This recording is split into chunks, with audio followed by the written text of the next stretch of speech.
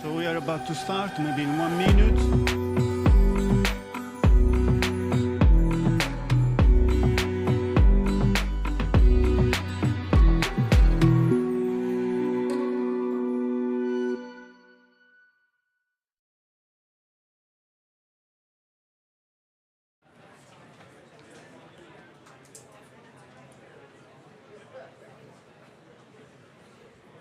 Okay, so it's time. So I'm officially starting this session.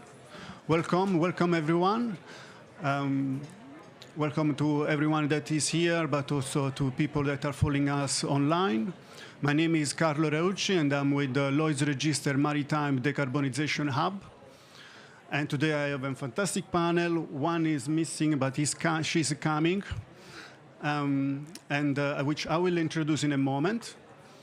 But before introducing the panel discussion, the way we are running this session is that I will start by introducing the topic with a presentation of a report that we launched just last week. And then we are going to have a nice chat with our panelists. And if we have time, we'll leave some space for some questions for the audience, and then some final wrap-up. So let's start this. This session is about initiating and financing the maritime sustainable transition in the Global South. So as you can see, we managed to pack so many things in one title. So this is about initiating a new initiative, is about financing, is about maritime decarbonization and Global South. So it's 4 different things, but most importantly, how they are linked together. Huh? So let me start with this introduction to this topic, to this important topic. And as you can see, I'm using here a quote from the IEA. And in a recent report, they claim that about 80% of the clean energy investment is actually happening in advanced economy. And this is pretty much a clear case that we need to invest more in emerging and developing economy. The estimation about what is needed is about 100 billion in annual concessional fund. So this is a huge number that needs to go to lower income countries. So what we, there you go, Suzanne, please. Now we have the complete panel. So as I was saying, so we need more investment, need to go in this lower in the emerging economies. So we met some time ago with some colleagues and friends, and we started a new collaboration with EDF and ARUP. And what we were thinking is, okay, how can we catalyze this type of investment by considering the decarbonization of the maritime sector? And what we thought is that actually these 2 things can be combined. If we start to look at what might be the co-benefit that we can bring at port community. So as you can see from one side, we have the decarbonization of the shipping industry, the rule of port, and the infrastructure that is needed at port. And on the other side, we may have some co-benefit that can be created by look at what might be the benefit for port community. So we set up our mission, and our mission was, can we identify some location where we can maximize this sort of impact? So the decarbonization, the production and availability of these fuels with the co-benefit for port communities. So once we set this mission, we realized that to tackle this, we needed a wider perspective. So we started to look at 3 different things. One, of course, there are many different first mover initiatives in maritime decarbonization, namely Green Corridor, but also other type of first mover initiative, like a bilateral agreement between a shipping company and fuel supplier, but more is needed. More first mover is needed, and especially especially after the IMO new GHG strategies. More pressure is there to renew the fleet with clean fuels. This renewal of the fleet, this transition, needs to be done in a way that is inclusive. So that's why we started to talk about an inclusive transition. And by this, we mean that this first mover initiative needs to deliver meaningful improvement, not only for the decarbonization of the shipping industry, but also for the people and the environment, globally and in an equitably way. And so that's why then we start to talk about this concept of a sustainable first mover initiative. So I talked before, first mover, we need more first mover initiative, but actually we are attaching it also the word sustainable, which is very important because this initiative needs to be people-centered and needs to deliver benefit also that affect the people and community at port, close to the port. So with this wider perspective, we start to try to answer the question, how do we identify the location where this type of initiative, this sustainable first mover initiative can be delivered? And that's why we started to create a tool. And this tool essentially is a multi-criteria analysis. And as any multi-criteria, we assessed the potential of port by looking at 5 different criteria. So the first criteria was about the potential to deliver a surplus of renewable energy. The most important part here is the surplus. So essentially, when we have availability of renewable energy at port, we need to make sure that we avoid undermining other decarbonization factors. For example, the greening of the grid that may happen in these particular locations. And that's very important. That was our first criteria. Second, we are still talking about decarbonization of the maritime sector, so it's very important to understand the traffic, right?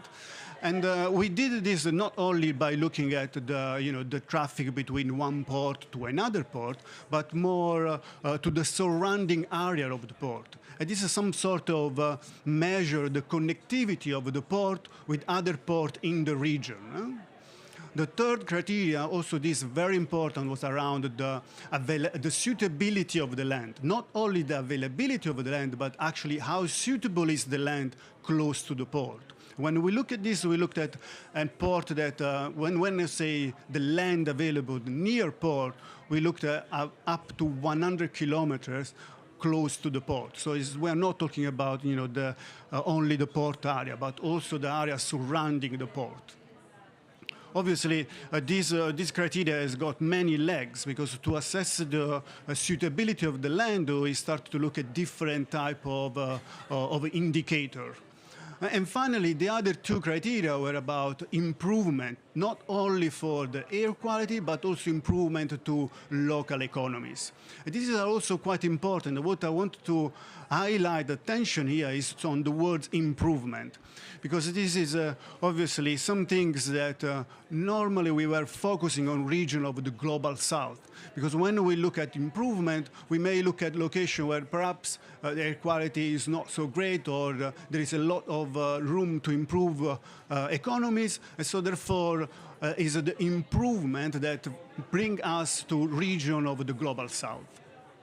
So that's the tool in very, very, very high level. As you can see, it's much more complicated. I really encourage to look at the report and look at what type of a data set we have used and what is the approach. But coming on the actual result, what this first use of this tool told us.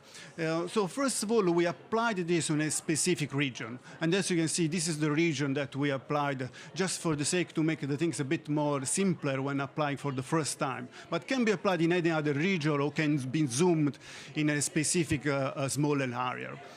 And so we ran 3 different scenarios in there, and we played a bit with the weighting of the different criteria to understand what might be the potential of ports. And in the first scenarios, we were assessing the port that could be both, could be bunkering location, but also port that can produce this fuel, these clean fuels, these e-fuels actually.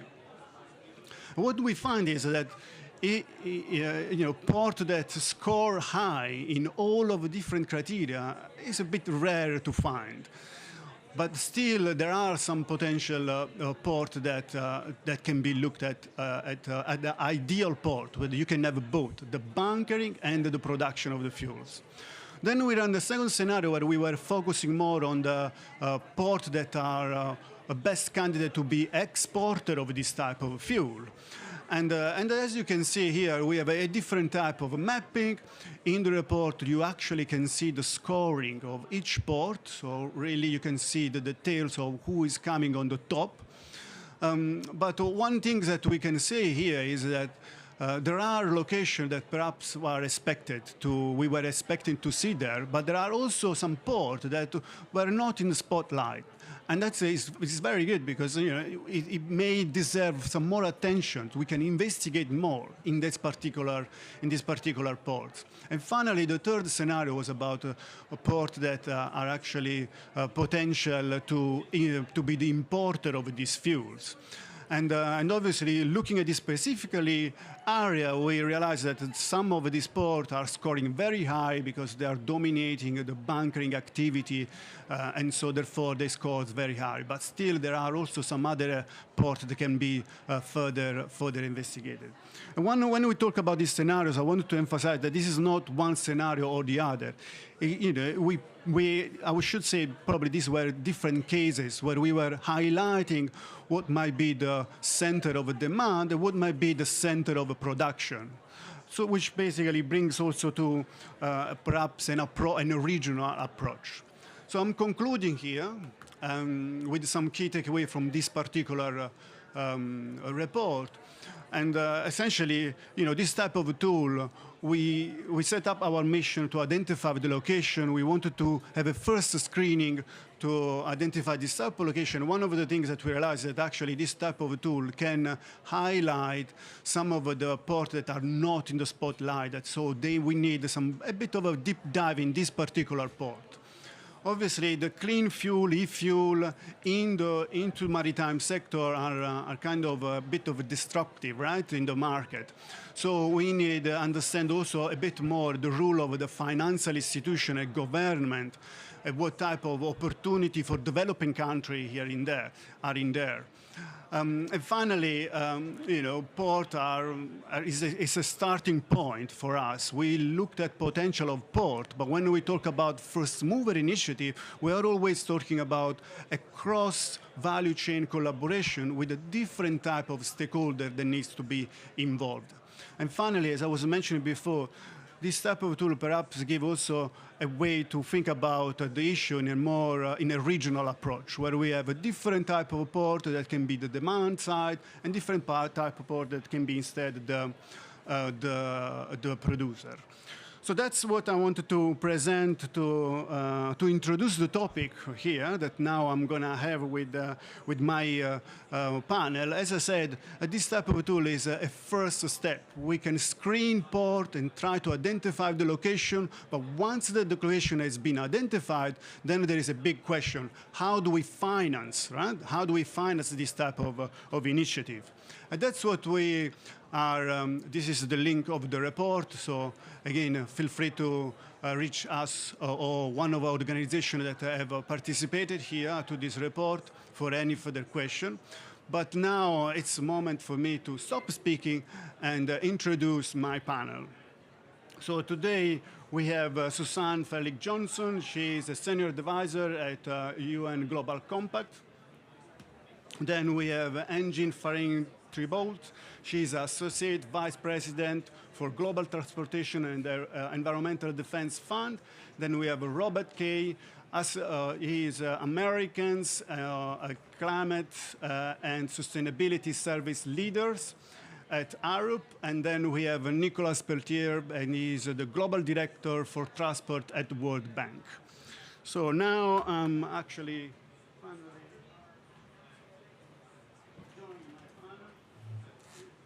Can you hear me? Yeah. And perhaps I want to start with you, Angie. So we have worked together with this port.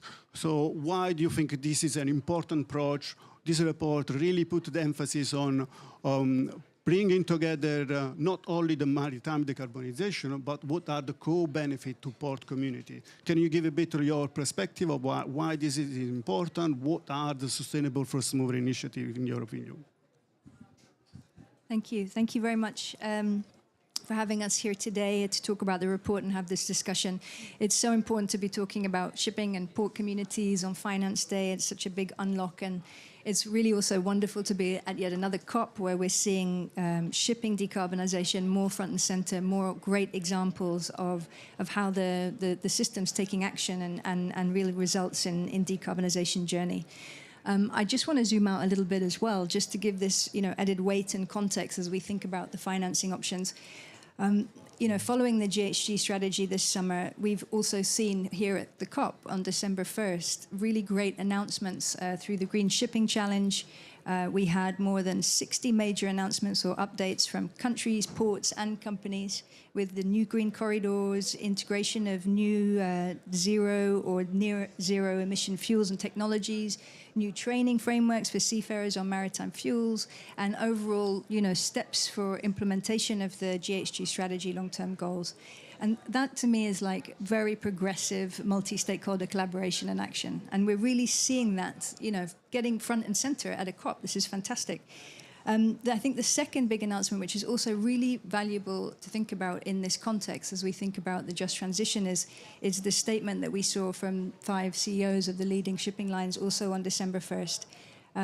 The fact that they came together around really concrete regulatory measures needed to create the right investment conditions for the decarbonization journey, for the just decarbonization journey, was really special. And I think it's quite important to sort of speak a little bit about those 4 levers that they spoke about, because it's really relevant for the investment discussion that we could have today. Firstly, they talked about the intensity standard timeline to inspire more investor confidence for both new ships and the fuel supply infrastructure needed to accelerate the transition.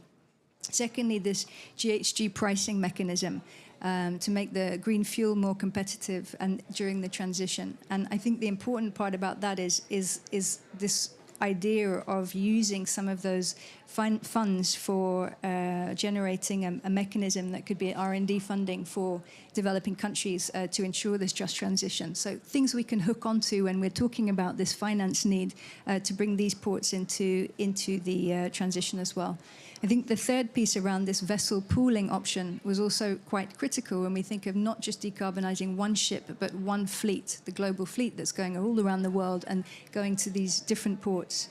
And lastly, the well-to-wake life cycle GHG regulatory basis to align investment decisions with climate interests. I think lastly on this, they made the point that, the cost of inaction on the climate change is going to be far greater than the cost of the green transition. And this is where I believe reports like this, tools like this really come in. Like, how can we make sure that we've got the right tools to make the right investment decisions that have the biggest impact? I mean, already in the IMO, why we got involved in this report, already in the IMO GHG strategy, it defines the maritime energy transition to be a just and equitable one. And although it doesn't go too deep in what that definition means, we refer to the UNCTAD definition in the report, meaning the shipping transition should be environmentally effective, procedurally fair, socially just, globally equitable, and technologically inclusive as a transition. And that means including many more stakeholders in these multi-stakeholder collaborations, including those living around the communities living at ports. So the idea behind this report, the idea behind this collaboration and SFMIs, not just FMIs, is to ensure that we're not just thinking about reimbursing the negative impacts that might come to the Global South or to these port communities, but how can we find clear ways to ensure that these regions are part of the fuel transition and positively benefiting from it. So we're talking more about additionality here. How can we make sure the socioeconomic benefits and local environmental positive benefits are recognized in the planning phase, in the initial investment phase, as we think about how to bring these ports in the Global South into the picture. And ports, as we said, they're just one example, these green corridors of these first mover initiatives. But we should always remember that ports are such an incredible ecosystem to see this sort of transition through. They are crucial to the energy transition for the broader freight system, and including shipping decarbonisation. But it's going to cost between $1–2 trillion of global investment to decarbonise the sector. And 85% of those investments costs need to go into the landside infrastructure, both including for production facilities for the future fuels and also for the storage and bunkering at ports. So that's a massive amount of money. But we could unlock some of this capital through some of the private investment and some regulatory incentives that could drive further funding towards this. And how can we use how can we use this sort of fantastic progress we're seeing on commitments from industry, on these first mover initiatives, on this green corridors, to make sure that we are bringing the Global South into the picture? As Carlo really clearly articulated in the outcomes of the report and what we found, how can we identify those ports, make sure they're front and center as we think about some of these new green corridors? They also have the potential to generate renewable energy much more easily than some other countries. But there are significant risks that if they are brought into the picture without putting these socioeconomic environmental safeguards in place, those investment decisions won't be as positive as they could be.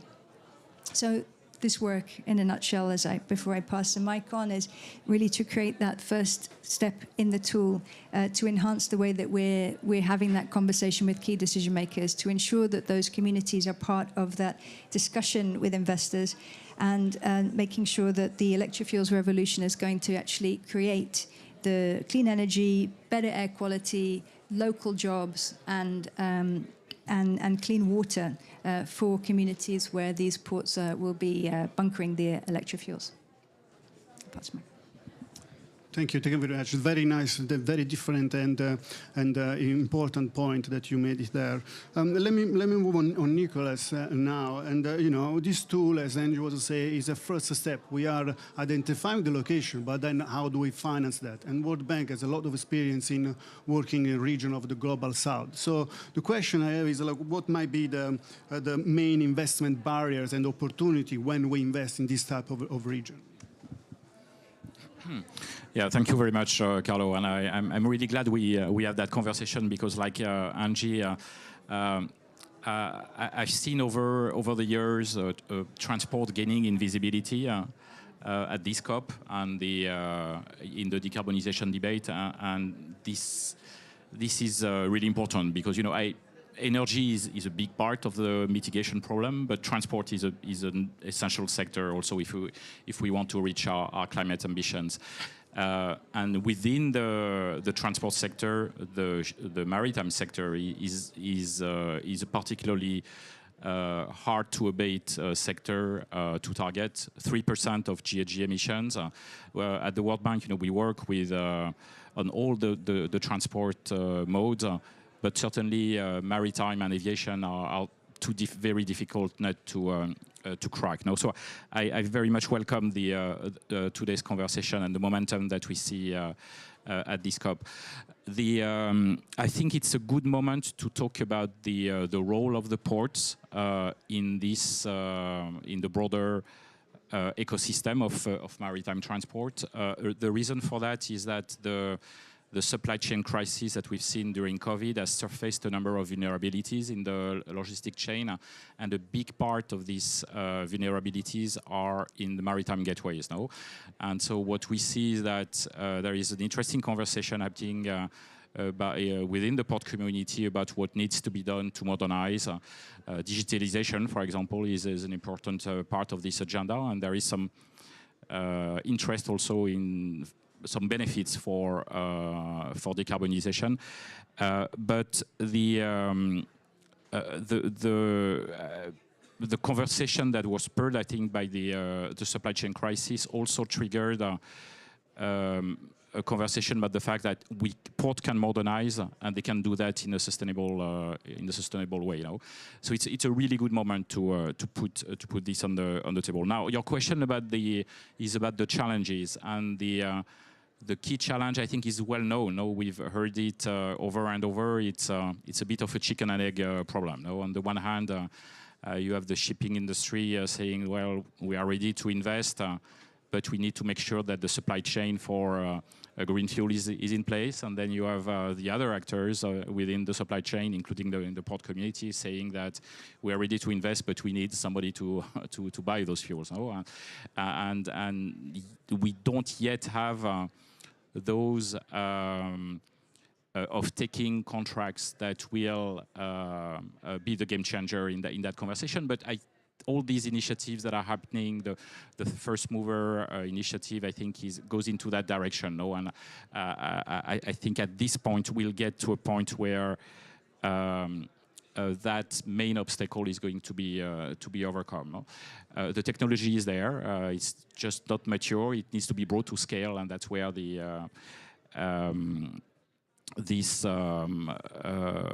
off-taking contracts will be very important. No? The good news is that many ports in the developed and in the developing world are increasingly interested in embracing this agenda. I mean, we see, at the World Bank, our main interlocutors are developing countries and emerging economies. We hear more and more from ports, from countries that they want to engage in this agenda, and they are looking for advice. No, what is the decision tree to be a first mover? What are the questions that needs to be done? And that's exactly where I think your report is timely, no? Because that can be part of the conversation. I think there are two drivers that will help this process. The first one is the enthusiasm around the hydrogen economy, and so at the World Bank, this is an agenda that is more led by our energy colleagues. Because of the characteristics of many developing countries where there is a strong potential for renewables. We already see a number of countries that are taking bold actions to develop the hydrogen economy, and are again, this is more led from an energy angle, but as part of that conversation about the hydrogen economy, maritime transport very quickly comes into the picture. No? So I think there is a nexus between energy and transport that will also help that conversation. No? And the second driver is the fact that the logistics sector is, competition is fierce. We see a reconfiguration of some logistic routes globally. And so, ports are wondering, how do I remain in the game, no? And can this help, no? So at the World Bank, we also have developed our specific tool to rank some of the ports globally, and it's called the CPPI, Container Ports Performance Index, where we rank 300 ports according to their operational performance. And I was looking at our list, and I was looking at your list, and I think there is an interesting conversation there, no? Because you can see that some of the top-tier ports, including in the developing world, those ones are actually quite well positioned also. And so I think these are the ones we need to work with. And yeah, it's a good moment to do it. And that COP, I think, can help to move the needle. I mean, Angie just reminded us of some of the exciting initiatives that have already been announced and are brewing in this COP, and let's do it. No. Thank you very much, and I'm glad that the results are converging and are not say completely different things. Let me now ask a question to Suzanne. Suzanne, this type of studies talk about sustainable first mover initiative, and one of the things that says that has to be aligned with 1.5 degree, but all of this type of initiative needs to also, or project needs also to align with global frameworks, a standard for sustainable development. And you have been working on different type of guidance, like blue bond guidance, sustainable port guidance. Can you tell a little bit more about it? Thank you, Carlo. And thanks to those very interesting perspectives, you know, from the just transition of Angie and then talking about the action that the World Bank is taking. Yeah, again, I wanted to zoom out a little bit because, you know, you've talked about, and in this very important study that you've done with EDF, you talked about, you know, climate and focusing in on carbon and locating the best ports, but also would add in that there's very much a social and sustainability dimension that is once you locate those best ports to focus on, how can they transition in the most sustainable way? You know, and this just bolsters, I think, what Angie said, but 70% of climate-related deaths happen in the poorest countries, and a person is 15 more times likely to die from climate-related reasons in those countries. I mean, at the same time, congratulations for focusing in on a region that needs focus, because Asia is going to dominate maritime and ocean capex by 2050. So it makes sense to start focusing on that more. But in these countries, you know, who are on the front line and experiencing climate change, often capital is like very much higher to access, 2 to 3 times higher, in fact. So that's a real consideration of how we get finance to these important infrastructure projects in the Asia region that you're talking about in the Pacific. So for this, blended finance is going to be key. And thank you again to the World Bank and the other DFIs for focusing on that this week and really highlighting how guarantees and insurance and blended finance can play a part in getting the money to where it needs to go. But also, this blended finance can create, you know, and set sustainability-linked conditions, which are essential. It has the power to do that even more than it's done in the past. So to support decarbonization, but also to support social considerations and the just transition. So you mentioned a couple of frameworks that I did want to talk about. This week, the UN Global Compact is going to launch a sustainable guidance for ports. And this is a way for ports to operationalize best practices in sustainability as they grow and transition their ports to a cleaner, decarbonized world. So I would encourage everybody to use this as yet another tool, but to give reference points for best practices in sustainability. And 2 cross-cutting areas that these guidances emphasize are, 1, how you incorporate the just transition into port development, and 2, considerations on accessing finance for ports. I think we've talked a little bit about the just transition, but you know, talking about the community involvement, the city-port relationship, how port development can also improve conditions for local workers, their welfare, their well-being, dock workers, seafarers, fishers, but also the safety and quality of good jobs going forward. So very much this guidance considers the central question of how port development can align with local governments, their goals for the local community and their needs and interests. So it may help as we look to set due diligence KPIs and conditions for finance. You know, we talk in this study, we also talk about case studies and looking at, for example, what the Port of Rotterdam is doing in setting, you know, programs to help local communities and develop their jobs. So just an example, but it's actually a very interesting tool and framework. But this brings me to more of a finance tool, which is an emerging tool of blue bonds.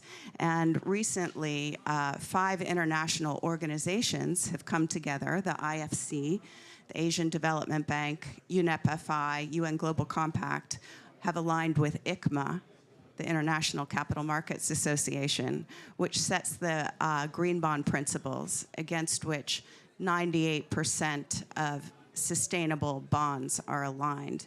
And what this blue bond guidance does is it sets out 8 areas that can be financed under a blue bond guideline. One of those is ports. And it specifically references social actions in there that can be linked to finance to support the local communities. So this is now, I think, converging on being a global reference, and I would encourage people who are looking at port decarbonization, getting funding there, particularly in Asia, to look at the blue bond as the blue bond guidance as a framework for what is sustainable. Thanks. That's for all. Thank you very much, Suzanne. It is very comprehensive view of this other 2 types of tools. And one thing that you said was the involvement of port communities. And I want to link on that. What we also emphasize in the study is the importance of highlighted what are the wider benefits that we can bring while we are decarbonizing the shipping industry. And I wanted to go to you, Robert, and if you can perhaps elaborate on why it's important to demonstrate the benefit of this type of climate action. I know that you have a lot of experience on coastal resilience as well. Yeah, thank you, Carlo, and thank you to my fellow panelists. I was just remarkable the number of announcements that have just been made actually through this week. Just there really does seem to be a like, if pardon the pun, like actually a sustainable energy coming into the first mover initiative. So it's very timely that we had the privilege of working with you and EDF on producing this report. Couple of things that I just want to highlight. The first is this is probably the easiest report to Google ever produced. Carlo, you were saying before. So please take a minute to look at this. I actually reread it very early this morning and actually read it backwards by looking at the references, really digging into the criteria of what were used in the initial sense, and I want to come back to that. A couple of things that were highlighted by fellow panelists here is the focus here on the decarbonization of the shipping system and the decarbonization for the local communities and the broader communities served by the economic benefits of the ports. And the way in which that was constructed through into the report, again, was very, very well considered. And was really very deliberative, looking at the total impact of the sustainable transition, both on the shipping environment, the shipping system, by looking, if you like, standing on the port, looking out to sea, versus turning around and actually looking at the implications for local communities, both negative and positive. Because I think what's been quite clear for me, yesterday I was involved in discussions around electric vehicle transition, actually in California, where I live, despite my accent, and that a realization that, in fact, of course, the transition has been a disproportionate transition in EVs, very, very starkly, and that it's taken a long time. It's taken what feels like a long time, a good decade or so, for that actually to be realized. And actually by picking up these lessons from other land-based transport, I know that we talked about those a little bit before, and applying that thinking into the sustainable transition into the shipping industry, I think again provides economic opportunities, economic benefits for port communities. I would also say that I'm not generally a fan of using multi-criteria processes, because the first thing I always do is think, why did you use that criteria? And why did you weight that criteria in a particular way? Perhaps it's just the way that my mind works. However, the way that this report has been constructed is incredibly transparent, very, very open, in actually basically saying, this is what we think to begin with. These are ideas that we're putting on the table, putting out there for engagement in the port decarbonisation, the sustainable shipping industry transition, and then an invitation to then be part of the conversation moving forward. Because I think there are multiple use cases for a tool like this. I could imagine national governments thinking about how best to allocate finances across ports within a country. I can also think of regional use cases for regional banks, regional investors. I can also think of private sector investors again, thinking about where is the best place, what's the best bang for their buck, using, again, a suite of criteria that are really very transparent. So perhaps back to you, Carlo, I can think of a whole bunch of different ways that you would actually use a report like this, both in the criteria, but more broadly in the thinking around the fact that this actually is a holistic tool looking at the total value, the total impact of the climate transition. Thank you very much. And just to say, we did spend a lot of time arguing about the weight of each criteria, and in the end, it's always a little bit subjective. But as long as we weight the criteria in a way that is in line with what we want to achieve, then we can argue about is 20 or 25, but then it's a part of the tool itself. So thanks again. I want to leave also some space for some question from the audience, but let me ask a further question. This tool is one way to encourage collaboration, but what are the other ways that we can encourage collaboration across the supply chain? This is not only the private company, but there are also government, financial institutions that needs to be involved from the beginning, right? So what do you think would be the way to encourage this type of a collaboration, and also moving forward for the discussing the financing instrument, for example?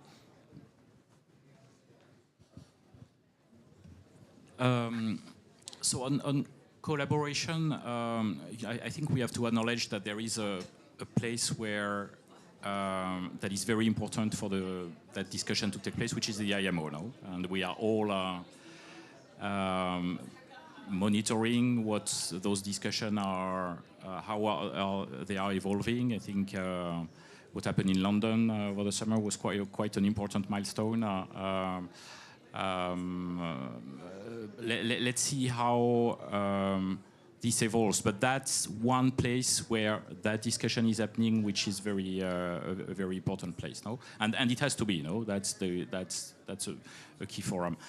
How can we encourage that discussion to take place, and to take place in an inclusive manner? So, from a perspective of a multilateral development bank like the World Bank, our key stakeholders,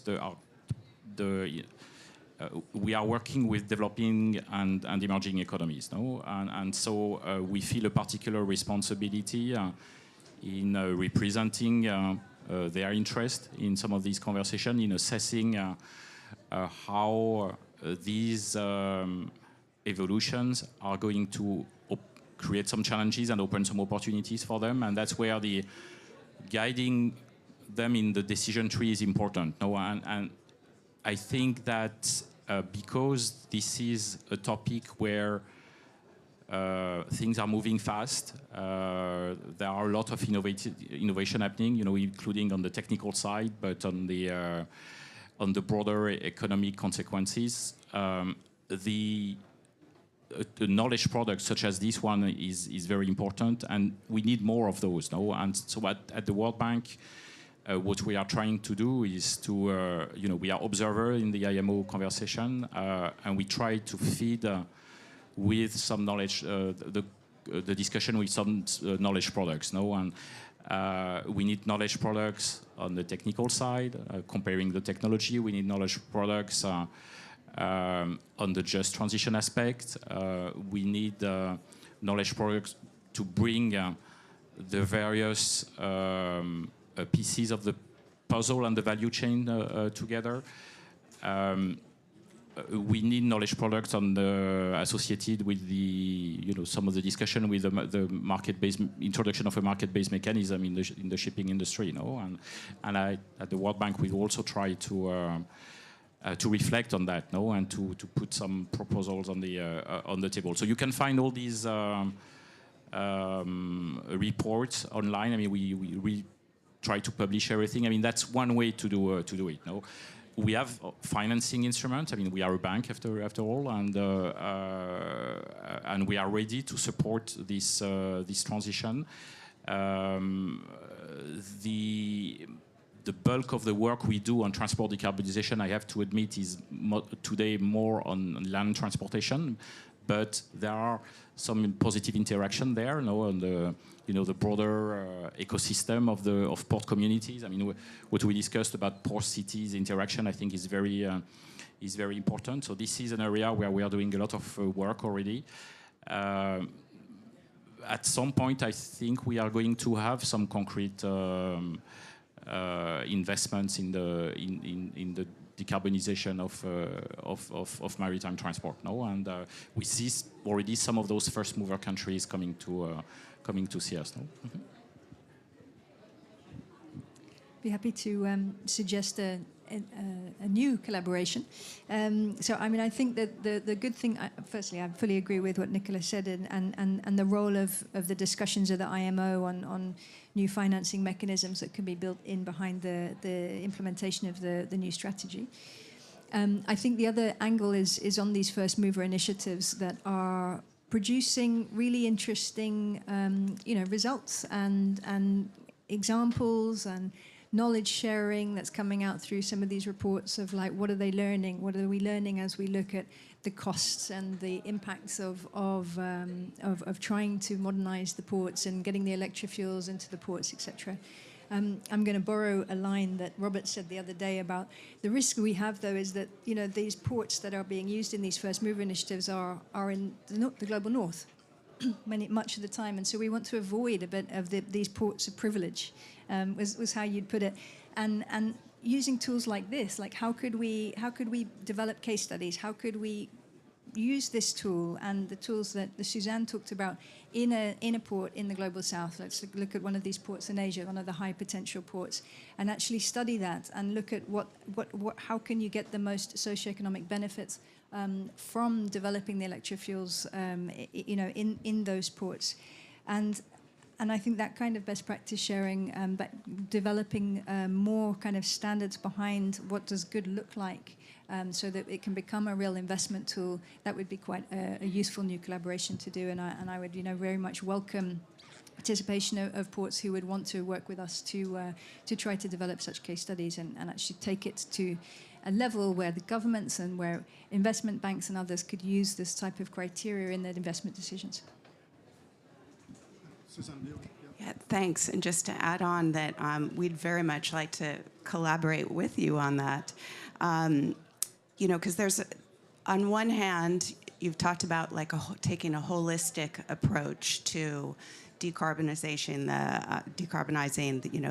the maritime value chain and working through the IMO. But on the other hand, in the global south, what works in one country doesn't necessarily work in another country, and it's even hard to take a regional approach. So there's several ways in on this, and from the top down, but also the bottom up. And I wanted to mention that the UN Global Compact, funded by the Lloyd's Register Foundation, is opening up ocean stewardship centers in 7 different countries to start out. It will roll out to more countries in the global south. There are Brazil, India, Indonesia, Philippines, Bangladesh, Kenya, Ghana. But they're taking an evidence-led approach and a multi-stakeholder platforms within the countries to look at what are the particular challenges in decarbonizing the maritime value chain and the ocean economy, but also to look at solutions towards implementing and developing both national and international standards. So feeding those back up to the top, for example, at the IMO. And the stewardship centers are going to seed funding for capacity building and finance, but really taking a granular approach of assembling the communities to develop a safe and sustainable maritime economy. So I offer those 7 countries, those networks there as collaborators with your initiatives, and hope that we can get your input on developing those. Great. Robert, do you want that? Okay. Perfect. We have a little bit more time. Maybe I want to open a little bit the floor for any question from the audience. Any question?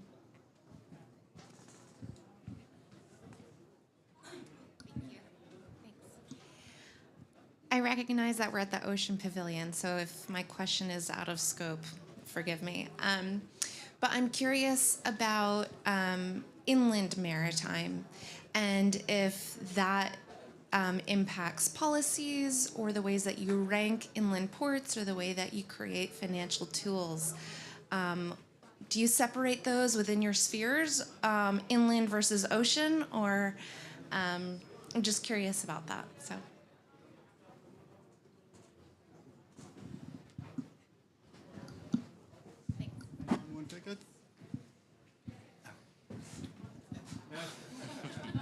No, happy to give it a try. I mean, there are a lot of things to be done in inland transport. No? And you know, this is part also of the shift narrative. No? How can we shift freight transport, passenger transport to cleaner transport modes? There is a lot of interest in developing river-based transport in a number of developed countries. I'm thinking about a country like Paraguay, where we already have, I think it's 70% of the freight that goes on river-based, which is absolutely unique. No, it's so the now your question is about how do we whether we separate these are the same people who manage those conversations, but this is a little bit of a different business line, no, for us. I mean, these are the interlocutors are different. Also, I observe very often we are dealing with subnational actors for river-based transport, which is a little bit different from maritime transport, where the connection with the national level is perhaps more important. Mm-hmm. Thank you. Hi, thank you for your presentation. It's really helpful. We're managing a global innovation platform for ports in global north. And even though they're north, compared to other sectors, in terms of capacity and capability to innovate internally, sometimes they have 1 or 2 people and that's it. When we go to global south, it's dismal. So how do we address that, the capacity to integrate innovation internally?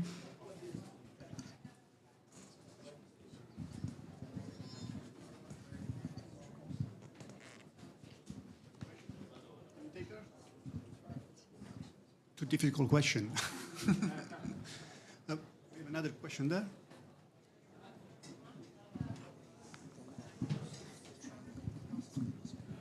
Thank you. Thank you for organizing this session. I'm actually from the Global South, NGO called Clean Asia, and I'm personally from Beijing office. So we are working on promoting port development, green development in China and in Asia. And today, lots of information for me to absorb the guidelines for port development and also the center Suzanne just mentioned at the end for networking, putting 7 countries in Asia, the network. So my question is actually, how can we keep up with the development in the north and globally? Then that can help us do something in Asia. So can you just share maybe the best platforms for us to get the information you just mentioned? What's the best way to keep up with the development globally and in the North? Well, anything else? So I'm trying to take this one. So as you've seen, we have a lot of different type of new tools and new type of initiative. And this type of event are here just to share this type of informations. And my suggestion would be if you need more, digging more in deep, so please feel free to reach out. I don't think it exists something that where all of this is collected in one single platform, but there are many ways where we can share this type of information as well. Thank you for a fantastic panel. I learned a lot. So maybe slightly a comment or a question for you, Carlo. I think it was a very impressive presentation in the beginning. One critical point here is actually we have now a mature global shipping economy that has to transition with the IMO roadmap going forward. So you need green fuels in ports 10, 15 and 30 years from now. That green fuel can either be produced in the Netherlands or UK or Norway, or it can be produced in Indonesia, in South Africa, etc. And your point that this can also be a catalytic exercise for land-based green access to energy. So you can create local energy for the very important shipping market, valuable market, but you can have then excess green energy for the whole market. So have you made any projections at all on the economy of scale? For one thing is to use the World Bank to de-risk this in the global south, but the whole value for the shipping economy, I mean, global trade is valued by ICS to 14 trillion. If you take a small slice of that as a levy for the cargo owners and the ship owners, we could accelerate these green hubs through the port systems. I don't know if you have any projections on the scale of this energy that we need. I don't have a number on top of my head, but this is a very good point, and that's exactly what we were trying to put our attention. This type of studies was just a first screening. Say, okay, where we need to put where we need to do the deep dive, and maybe our location where that have been overlooked. Maybe with this type of assessment, we can start to identify locations that are not in the spotlight. And then there is the second step. Can we now deep down and try to understand what is the actually the number that we need to put in that particular location, and how then these links with other projects as well. So I think we happy to just bounce off that and also answer a couple of the other questions to say that it very much agree with you. I think that is indeed one of the roots of doing this type of study was really to show like the conditions are good for being able to be generating those electrofuels in some of the ports in the global south, the renewable power production, and then the development of those electrofuels, and how can we make sure that that's more visible, as you said, these specific ports, as well as quantifying more of those socioeconomic benefits from it, so we can have this high impact investment hotspots. And so definitely we should look at what you said and bring that into the next step. And to the lady at the back and the lady that left, unfortunately, I think it's up to us now to actually make sure that best practice sharing is there, and maybe we could create a portal and ensure some of this best practices and learnings are in one place for these community groups to be able to access and use this information. I think the resources that Suzanne talked about as well are going to be so useful in this journey. Before you go to Suzanne, and I think you're being a little modest about the Maritime Decarbonisation Hub, actually, I think is a good resource. Good point. But also just say there's a focus on the Maritime Just Transition Task Force, which is a collaboration between the IMO and ICS and Global Compact and ITF, and funded by Lloyd's Register Foundation.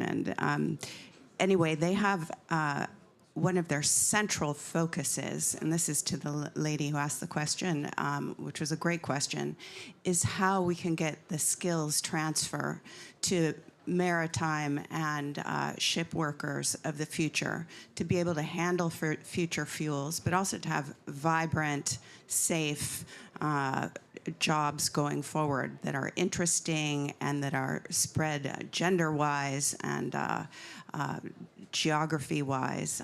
So this is something that's a resource that's developing with significant focus at a global level, significant resources to develop training programs.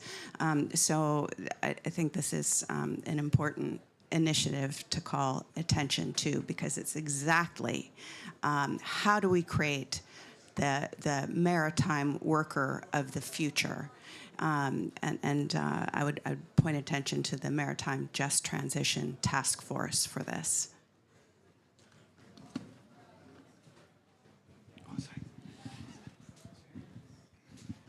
To me, this is a great finishing for this session. So I would like to close the session now, and please join me to thank again our panelists.